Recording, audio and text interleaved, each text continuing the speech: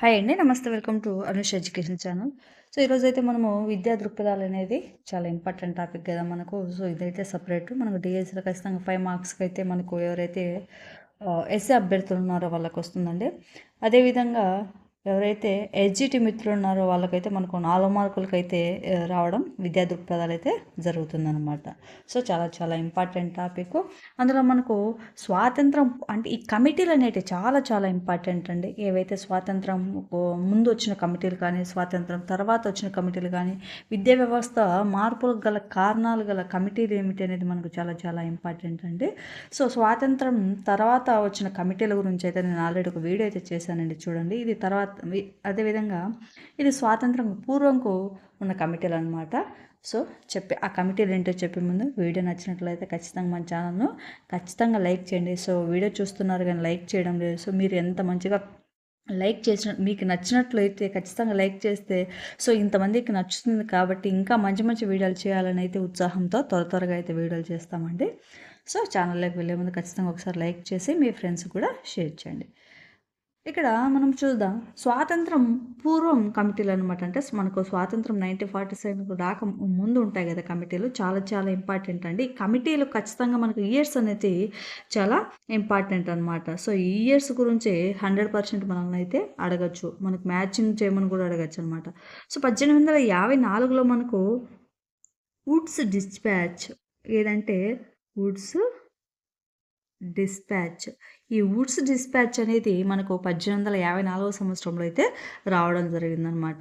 So దీన్ని Woods అనే ఆయన అయితే తీసుకురావడం జరిగిందనమాట. సో ఈయన చార్లెస్ వుడ్ అంటారనమాట. ఈయన వచ్చేసి ఈస్ట్ ఇండియా కంపెనీ డైరెక్టర్ల బోర్డు అధ్యక్షుడు ఎవరంటే ఈ చార్లెస్ వుడ్. సో ఆయన తీసుకురావడం జరిగింది. ఈ వుడ్స్ తాకీదు అంటే లెటర్ భారతదేశంలో ఆంగ్ల విద్యకు మాగ్నా కార్టాగా భావించారనమాట. ఈ వుడ్స్ యొక్క ఏదైతే ఉంది కదా వుడ్స్ తాకీదు అనమాట. దీనిని వుడ్స్ డిస్పాచ్ అని అంటారు. ఇది 1854 సంవత్సరంలో అయితే మనకు రావడం జరిగింది.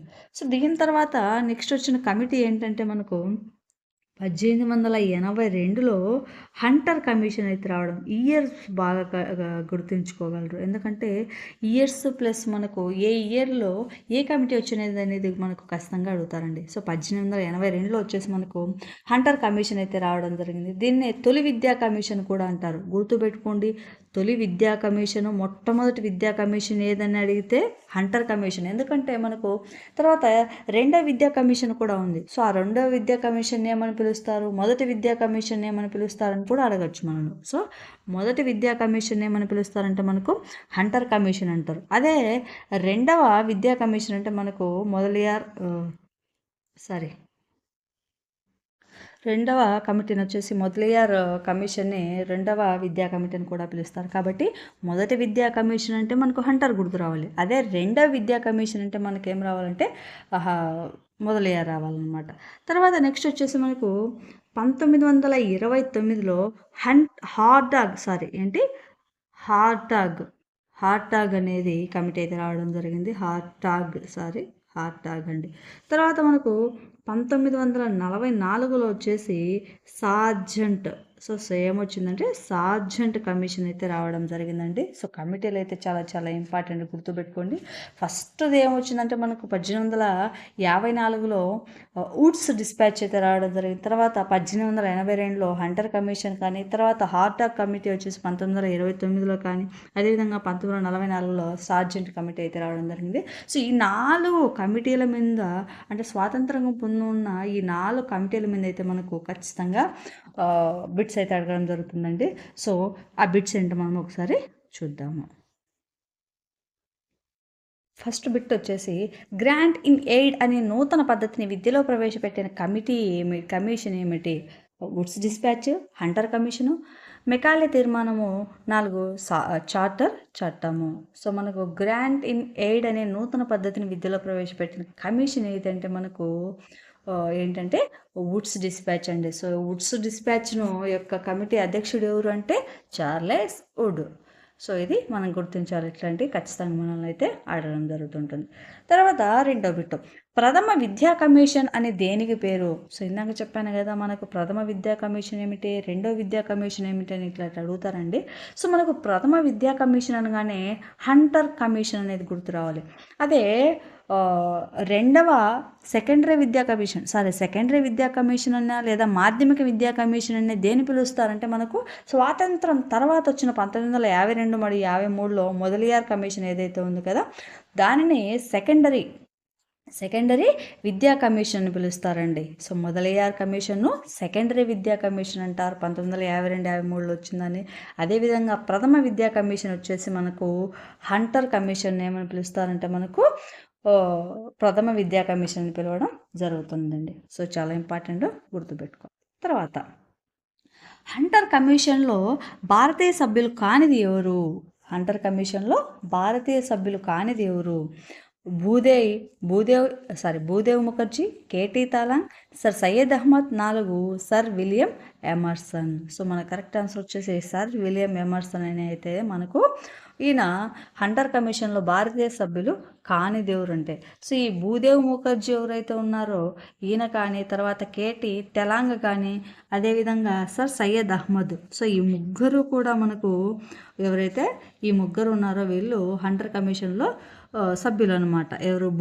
Bhudev Mukherjee, sir Syed Ahmad, K T Telang. చాలా ఇంపార్టెంట్ అండి, మనల్ని ఇలాంటివి ఖచ్చితంగా అడుగుతూ ఉంటారు. So important. తర్వాత హక్కుల పత్రం అని దేనికి పేరు?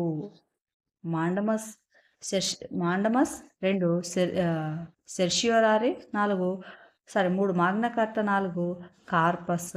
కరెక్ట్ ఆన్సర్ వచ్చేసి మనకు హక్కుల పత్రం అని దేన్ని అంటారంటే మాగ్నా కార్టాను హక్కుల పత్రం అని పిలవడం జరుగుతుంది. మ్యాగ్నా కార్టా అంటే సో అయస్కాంత బండి కాదండి. సో ఇది బిట్టు కూడా మనము లాస్ట్ టెట్లో అడిగినట్ల గుర్తు. సో మాగ్నా కార్టా అంటే అయస్కాంతం, మాగ్నా అంటే అయస్కాంతం కదా, కార్టా అంటే బండి. సో అలా అనుకునేరు. మాగ్నా కార్టా అంటే హక్కుల పత్రము అనేది కరెక్ట్ ఆన్సరు. తర్వాత ఆధునిక భారతీయ విద్యా విధానానికి పితామహుడిగా వీరిని పిలుస్తారు. ఆధునిక భారతీయ విద్యా విధానానికి పితామహుడిగా వీరిని పిలుస్తారు. 1 lord Macaulay, 2 Charles would, 3 Charles grant, 4 lord hoarding. So ఆధునిక భారతీయ విద్యా విధానానికి పితామహుడిగా ఎవరిని పిలుస్తారంటే Charles would.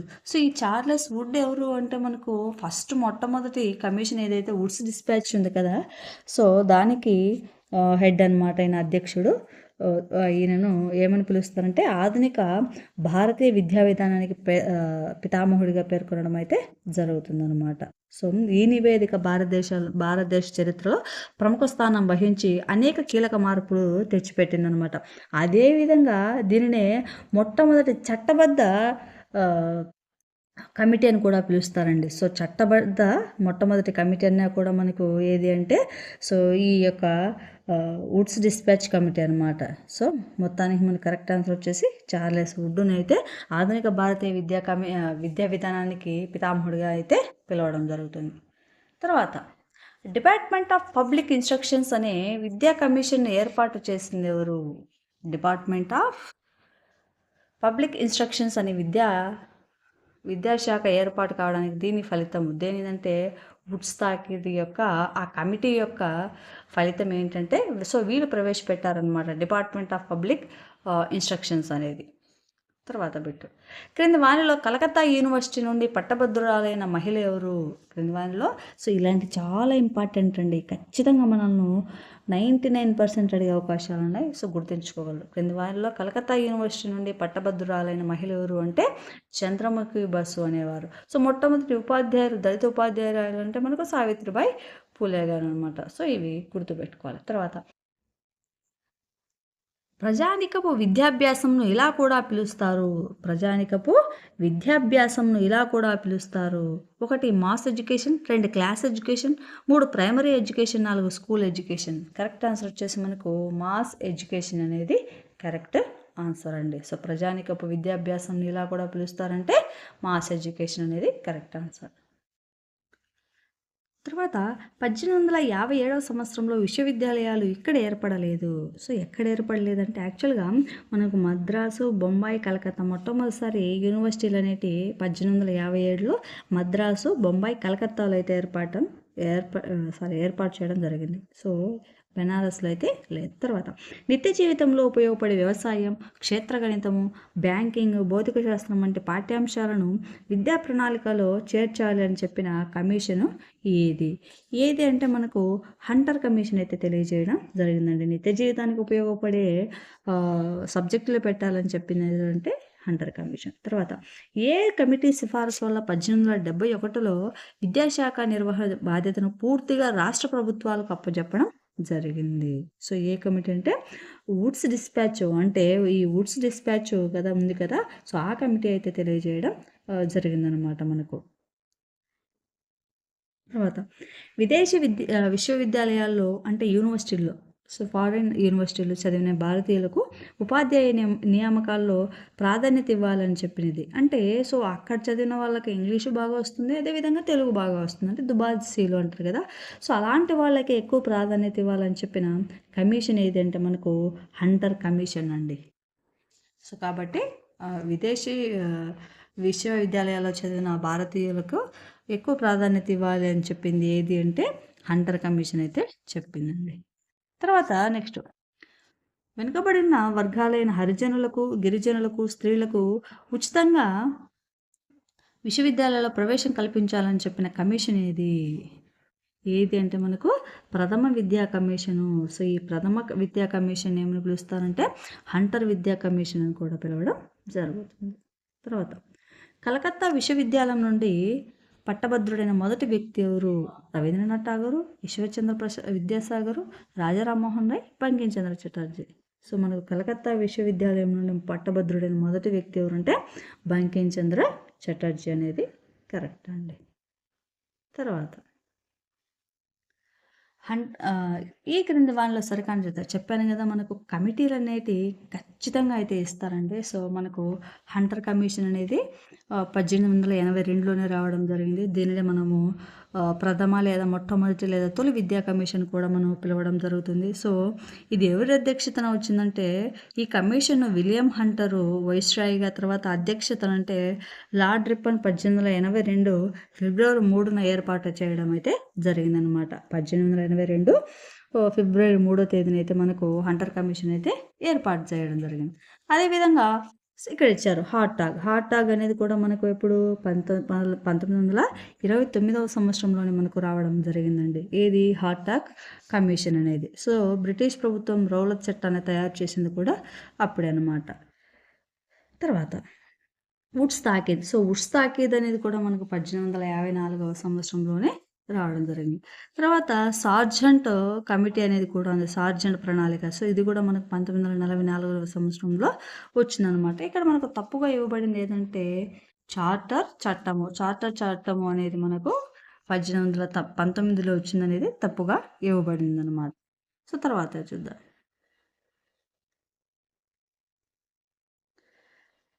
Sir Philip Hartog ఏ కమిటీలో సభ్యుడు? సర్ ఫిలిప్ హార్టాగ్ ఏ కమిటీలో మనకు సభ్యుడు? ఆప్షన్ చూస్తే హంటర్ కమిషన్, స్త్రీ విద్యా commission, Simon commission, 4 Woods commission. Correct answer వచ్చేసి మనకు సైమన్ కమిషన్లో వచ్చేసి సర్ ఫిలిప్ హార్టాగ్ అనేవారు కమిటీ సభ్యుడు అనమాట. తర్వాత అపవ్యయంను ఇలా కూడా పిలుస్తారు. అపవ్యయము అంటే వృధా. అపవ్యయము అంటే ఏదైనా కూడా వృధా చేసిందాన్ని అపవ్యయము అని కూడా అంటారు. తర్వాత స్టాగ్నేషన్ అనగా ఏమిటి? అంటే నిలుపుదల. సో నిలుపుదల లేదా స్తబ్దత అని అంటారు. సో ఇలాంటివి చాలా ఇంపార్టెంట్ అండి, గుర్తుంచుకోవాలి. తర్వాత కేప్ తిరిగి రెండవసారి పునరుద్ధరించబడిన సంవత్సరం ఏది అంటే 1935లో అయితే తిరిగి అయితే పునరుద్ధరించడం జరిగింది. తర్వాత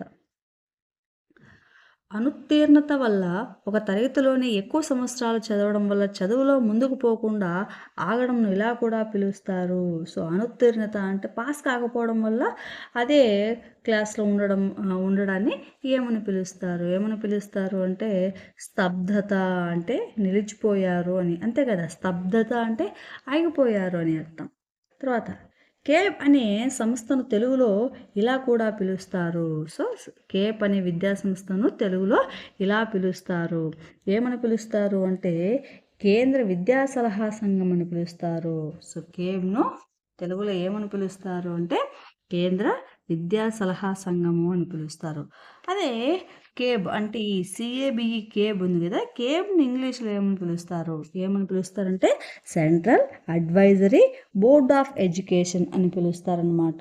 సో, కేబ్ అంటే సెంట్రల్.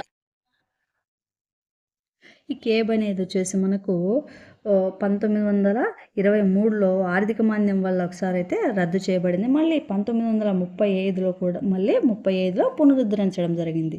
సో, కేబ్ అంటే ఏంటి?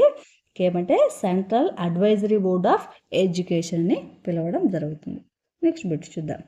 కేబ్ ఆధ్వర్యంలో స్వాతంత్రానికి ముందు ఏర్పడిన మొట్టమొదటి కమిటీ ఏమిటి? హార్డా కమిటీ, తర్వాత Woods dispatch, Sargent commission, charter చట్టము. సో, మనకి ఇక్కడ కరెక్ట్ ఆన్సర్ వచ్చేసి ఏంటి? సార్జెంట్ కమిషన్ అనేది కరెక్ట్ ఆన్సర్ అండి. సో, కేబ్ ఆధ్వర్యంలో స్వాతంత్రానికి ముందు ఏర్పడిన మొట్టమొదటి కమిషన్ ఏదంటే సార్జెంట్ కమిషన్ అనమాట. తర్వాత సార్జెంట్ కమిటీ 1944 విద్యా సిఫారసు కానిదేమిటి? ఆప్షన్ చూస్తే ఈ కమిటీ విద్యా లక్ష్యాలు దీర్ఘకాలికంగా 40 సంవత్సరాలు ఉంటాయి. తర్వాత పాఠశాలలో సాంఘిక వినోద కార్యక్రమాల ఏర్పాటు, తర్వాత 30 నుంచి 40 సంవత్సరాల మధ్య వయస్సు గల వారి కోసం నిరక్షరాస్యతను నిర్మూలించుటకు వయోజన విద్యా కార్యక్రమాలు ఏర్పాటు చేయాలి. 4 ఈ కమిటీ సిఫారసు వల్లనే ఏఐసిటిఈ ఏర్పడింది. సో, మనకు కరెక్ట్ ఆన్సర్ వచ్చేసి ఏంటి అంటే 30 నుంచి 40 సంవత్సరాల విద్యా వయస్సు గల వారి కోసం నిరక్షరాస్యతను నిర్మూలించుటకు వయోజన విద్యా కార్యక్రమాలు ఏర్పాటు చేయాలనేది ఇదనమాట. వాళ్ళ సిఫారసులో లేనిదనమాట. సో, మిగతా 3 కూడా కరెక్ట్. తర్వాత యుద్ధానంతర విద్యాభివృద్ధి ప్రణాళిక అని దేన్ని పిలుస్తారు? యుద్ధానంతర విద్యాభివృద్ధి ప్రణాళిక అని దేనిని పిలుస్తారు అంటే సార్జెంట్ కమిషన్ ఏమని పిలుస్తారంటే యుద్ధానంతర విద్యాభివృద్ధి ప్రణాళిక అని పిలుస్తారనమాట. సో, ఇది మనకు యుద్ధం తర్వాత ఏర్పడిన ఏదైతే ఈ కమిటీ ఉంది కదా, సార్జెంట్ కమిటీని అంటే రెండో ప్రపంచ యుద్ధం తర్వాత ఏర్పడిందనమాట ఇది. సో, కాబట్టి దీనిని యుద్ధానంతరం విద్యాభివృద్ధి ప్రణాళిక అని దేన్ని పిలుస్తారంటే సార్జెంట్ కమిషన్ పిలవడం జరుగుతుంది. తర్వాత సార్జెంట్ కమిషన్ ఏ విద్యకు సంబంధించిన సిఫారసులను కాపీ చేసిందని వీటికి నకలు అని విమర్శలకు లోనయ్యింది. ఏదంటే ప్రాతిపదిక విద్య అనేది కరెక్ట్ ఆన్సర్ అండి.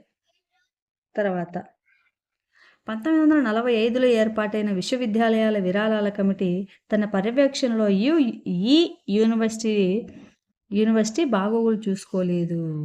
ఏది అంటే మనకు మద్రాసు. సో, 1945లో ఏర్పాటైన విశ్వవిద్యాలయాల విరాళాల కమిటీ ఉంది కదా, సో తన పర్యవేక్షణలో బనారస్ కానీ, ఢిల్లీ కానీ, అలీగఢ్ ఈ 3 యూనివర్సిటీల యొక్క బాగోగులు చూసుకోవడం జరిగిందనమాట. సో, చూసుకుంది ఏదంటే మద్రాసు. తర్వాత ఈ కమిషన్ మొట్టమొదట విస్తృత విద్యా పథకంగా పిలుస్తారు. Sargent commission 1944, Sarvepalli Radhakrishnan commission 1948, తర్వాత అబాబ్ వుడ్ నివేదిక 1937, యుద్ధానంతర విద్యాభివృద్ధి ప్రణాళిక 1939 మరియు నుంచి 45.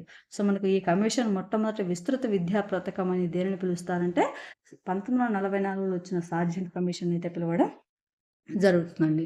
సో, ఇది మనకు ఇంపార్టెంట్ అనమాట. అంటే స్వాతంత్రానికి ముందు ఏర్పడిన ఏవైతే కమిటీలు ఉన్నాయి కదా, 4 కమిటీల్లోంచి ఇంపార్టెంట్ బిట్స్ అయితే. సో, వీడియో నచ్చితే ఖచ్చితంగా లైక్ చేయండి, షేర్ చేసి సబ్స్క్రైబ్ కూడా చేయండి. థ్యాంక్ యూ అండి. Thank you for watching videos. మన ఛానల్లో మరిన్ని తెలుగుకు సంబంధించిన డిఎస్సి సిలబస్ కానీ, టెట్కి సంబంధించిన సిలబస్ కానీ, అదేవిధంగా బిట్స్ కానీ వీడియోల రూపంలో చేయడం జరిగింది. చూడండి. Thank you for watching videos.